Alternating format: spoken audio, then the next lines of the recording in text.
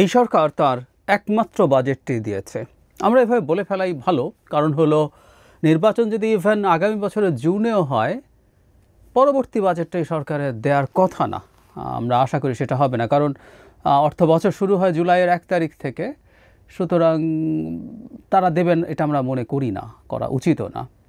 সাধারণত যেটা হয়, জুনে বাজেট উত্থাপিত হয় পার্লামেন্টে আমাদের ইউজুয়াল সিস্টেমে, তারপরে ডিবেট হয়, ডিবেট হওয়ার পরে সেটা পাস হওয়ার জন্য পুরো জুন মাসটা থাকে এবং জুলাইয়ের 1 তারিখ থেকে সেটা কার্যকর হয়।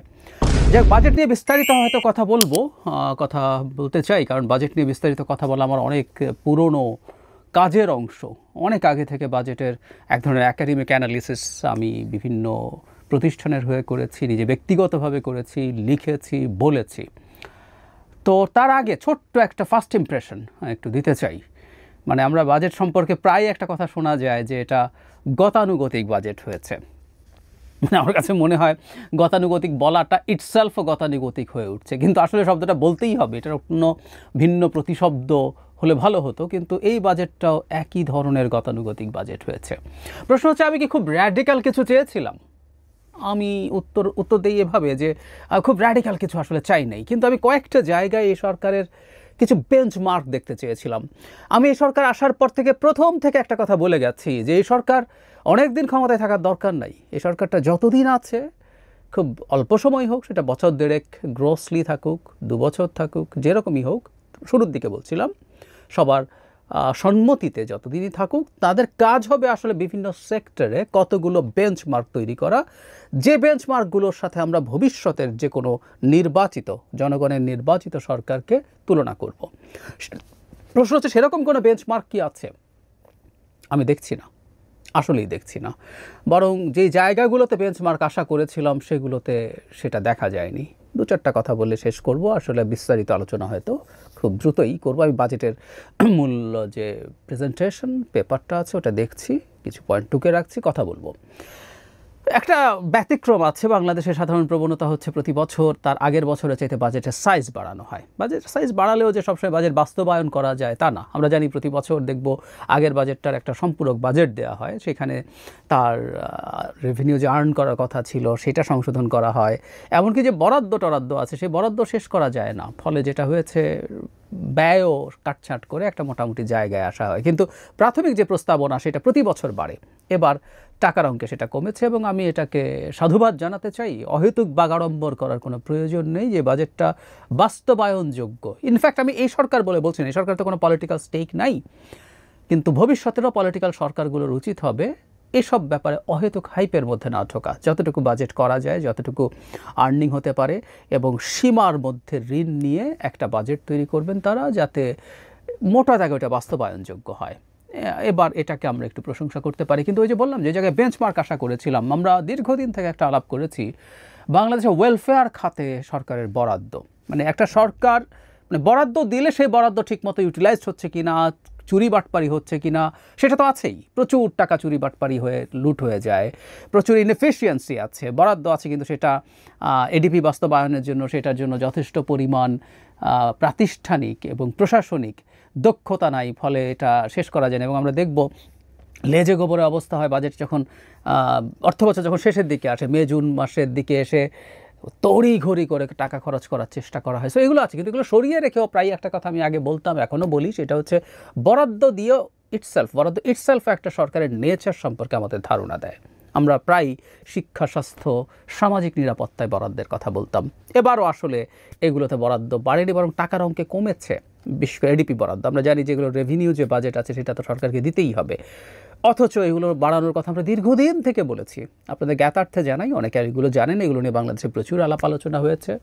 বাংলাদেশে এখন শিক্ষায় বরাদ্দ 2%-এর আশপাশে, কম বেশি এরকম, বা নিচেই কিছুটা কমও বলা যায়, সব শিক্ষা যদি আমরা একত্রও করি।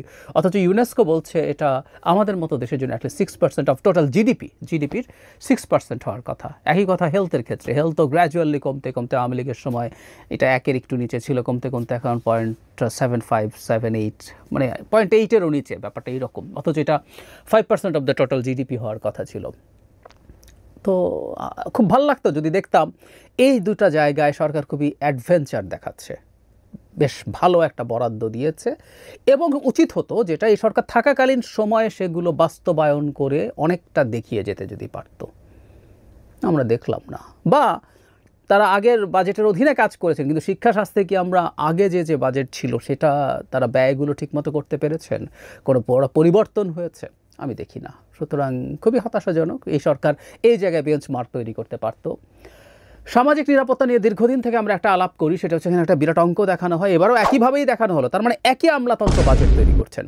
মানে আমাদের কথা হচ্ছে যে মানে এখানে একটা বিরাট অঙ্ক হচ্ছে এই যে সরকারি কর্মকর্তা কর্মচারীদের যে অবসরকালীন যে বেনিফিট, পেনশন বা অন্যান্য যে বেনিফিট, সেটা পুরোটা এর মধ্যে ঢুকিয়ে দেয়া, মুক্তিযোদ্ধা ভাতা, এরকম বহু কিছু উপবৃত্তি, মানে যেগুলো আদতে সমাজে প্রান্তিক মানুষের কাছে না। আমি একবার হিসাব করে দেখেছিলাম, একেবারে প্রান্তিক মানুষের কাছে যে ধরনের ভাতা যায়, মানে এইটা প্রায় 1.1 থেকে 1.5 লক্ষ কোটি টাকার মতো দেখানোর টেন্ডেন্সি থাকে, কিন্তু প্রান্তিক মানুষের কাছে আমি এবারও বিস্তারিত প্রপোজাল দেখে হিসাব করে দেখব, সেটা 10, 11 বা সর্বোচ্চ 12,000 কোটি টাকা প্রান্তিক মানুষের কাছে যায়। সো এটাও সরকারের উচিত হতো আলাদা করে দেখানো, এবং এখানেও একটা খুব সিগনিফিক্যান্ট ইনক্রিজ, সেফটি নেটটা বড় করা, অ্যামাউন্ট বড় করা, অনেক বড় করা, এগুলো করা যেতে পারতো। এগুলোই বেঞ্চমার্ক ছিল। আমরা কোনো একদিন ভবিষ্যতে যদি নির্বাচনে বিএনপি ক্ষমতায় আসে, ভাতাগুলো যদি সরকার ডাবল করে দিত, বিএনপি যদি এসে এটা কমানোর চেষ্টা করতো, আমরা শোরগোল করতে পারতাম। অবশ্যই এই ভাতাগুলো একটা বিরাট অংশর মধ্যে 2 নম্বরই আছে। আমরা এটা গত আওয়ামী লীগ সরকারের সময় এই পরিকল্পনা মন্ত্রণালয়ের রেফারেন্স দিয়ে কথা বলতাম, তারা একটা সার্ভে করে তারাই বের করেছিল যে এটার 45%-এর মতো হচ্ছে একেবারে ভুয়া নামের মধ্যে বরাদ্দ যাচ্ছে, কিন্তু সেটা সরিয়ে রাখছে। তো এরকম জেনুইন একটা তালিকা তৈরি করা, এই কাজটাও এই সরকারের করে গেলে ভালো হতো। প্রয়োজনে সেনাবাহিনী এখন মাঠে আছে, সেনাবাহিনীকে ইনভলভ করা যেতে পারতো, এবং ভাতার পরিমাণ এবং বাজেটেও আলাদা করে দেখানো যে আমি গরিব মানুষের কাছে, প্রান্তিক মানুষের কাছে এই টাকাটা পৌঁছে দেই। 7 লাখ কোটি টাকা কয় টাকা আসলে সবচেয়ে প্রান্তিক মানুষের জন্য এই রাষ্ট্র খরচ করে, এই সরকার খরচ করে, সেটা তো আসলে দেখা দরকার আছে আমাদের। এগুলো তেমন কিছুই নাই। আপাতত এইটুকুই। সরকার কোনো বেঞ্চমার্ক তৈরি করেনি, কোনো রকম কোনো নতুন কিছু নাই। গতানুগতিক শব্দটা গতানুগতিক শোনালেও বলছি এটা গতানুগতিক বাজেট হয়েছে। বিস্তারিত অ্যানালিসিস নিয়ে আসছি সহসাই। প্রিয় দর্শক, এতক্ষণ আমরা ওনার কথাগুলো শুনলাম এবং উনি যে বিষয়টি নিয়ে কথা বললেন, বাজেট ইন্টার গভর্নমেন্ট ঘোষণা করেছে, সেই বাজেট নিয়ে অনেকের কথাই আমরা শুনেছি। উনি বিশেষ করে যে বিষয়গুলো বলেছেন যে গতানুগতিক বাজেটের যে প্রিভিয়াস গভর্নমেন্টগুলো যারা করতো যেভাবে, সেভাবে এই গভর্নমেন্টও বাজেট করেছে, এবং এই বাজেটের ক্ষেত্রে ইন্টার গভর্নমেন্টের দক্ষতার কোনো প্রমাণ পাওয়া যায়নি। এবং যারা আমলাতন্ত্র আগে যেভাবে যারা বাজেট করছে, উনি বলতেছেন যে তাদের হাতেই হয়তো এই বাজেটটা ইন্টার গভর্নমেন্ট করে নিয়েছে, এবং সেই জায়গায় আলাপ আলোচনা এবং যেটি ন্যায্য এবং সমাজের জন্য এবং যে এসব খাতে আপনার সঠিকভাবে বাজেটটি প্রয়োজন, সেই বিষয়গুলো গুরুত্ব দিয়ে কিন্তু বাজেট ঘোষণার একটি গুরুত্বপূর্ণ বিষয় ছিল। যে কারণ এই বিষয়গুলো কিন্তু মানুষের কাছে এবং সোশ্যাল মিডিয়ার পাশাপাশি বিভিন্ন জায়গায় কিন্তু প্রচুর আলোচনা হয়, এবং আলোচনা কিন্তু সাধারণ মানুষের কাছেও যায়। তো সেই জায়গায় ইন্টার গভর্নমেন্ট তাদের একটি সুন্দর একটি বাজেট তৈরি করা থেকে তারা ব্যর্থ হয়েছে, এই বিষয়গুলো উনি বললেন। এবং সেই জায়গায় ইন্টার গভর্নমেন্ট যে অদক্ষ লোকের হাতে পড়েছে, এটি কিন্তু তার একটি প্রমাণ হিসেবে অনেকেই বলছেন। তো সেই জায়গায় আমরা বলবো, সাধারণ মানুষের যে আশা আকাঙ্ক্ষা এবং জুলাই আগস্টের পরবর্তীতে সকল মানুষের চিন্তা ভাবনা যে বহিঃপ্রকাশ ইন্টার গভর্নমেন্ট ঘটনার কথা ছিল, সেই বিষয়গুলো কিন্তু আমরা দেখছি না, যেটি বারবারই বিভিন্ন সেক্টরে, বিভিন্ন জায়গায়, বিভিন্ন ক্ষেত্রে এবং বিভিন্ন সময় হতাশায় পড়ে যাচ্ছে দেশের মানুষ এবং ইন্টার গভর্নমেন্টের কাছে তাদেরকে নিয়ে। তো এই বিষয়গুলো অবশ্যই অ্যাড্রেস করা উচিত ইন্টার গভর্নমেন্টের, এবং সঠিক একটি পদক্ষেপের মাধ্যমে বাকি সময়টুকু একটি ভালো অবস্থানে দেশকে নিয়ে যাওয়ার জন্য সবারই একটি তাদের প্রতি আশা থাকবে।